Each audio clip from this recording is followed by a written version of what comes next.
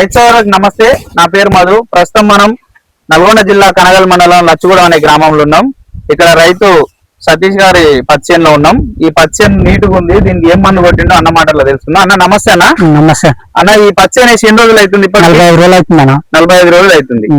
ఇప్పుడు దీనికి ఏం మందు పిచికారీ చేసారు? భీష్మ వాళ్ళ సర్పంచ్ అనే ప్రొడక్ట్ కొట్టడం జరిగింది. భీష్మ వాళ్ళ సర్పంచ్ పిచికారీ చేసారు. ఈ కొట్ట ముందు ఎట్లా ఉండే చేనులా? కొట్ట మీద జర్సినా ఉండే, పేను బంక, దోమ ఉండే. పేరు బంక, దోమ ఉండే. ఇంకేమన్నా ఉండేనా? ఆకు అనేది నీట్ గా లేదు. ఆకు నీటుగా లేదు. ఇది కొట్టిన తర్వాత ఎట్లా వచ్చింది? కొట్టిన తర్వాత మంచిగా గ్రోతింగ్ బంగా మంచిగా ఉంది. తమలపాకు లెక్క ఆకు తమలపాకు లాగా వచ్చింది. మనకి దోమ, పచ్చదోమ, తెల్లదోమ, నల్లి అన్ని పోయినాయి. అన్ని కంట్రోల్ అయింది. అన్ని కంట్రోల్ అయినాయి. కొట్టి ఎన్ని రోజులు అవుతుంది? ఇప్పటికి 9 రోజులు అవుతుంది. 9 రోజులు అవుతుంది. కొట్టి 9 రోజులు అవుతుంది. ఇప్పటికి కూడా చేను మంచిగా నీట్గా ఉంది. నీట్గా ఉంది.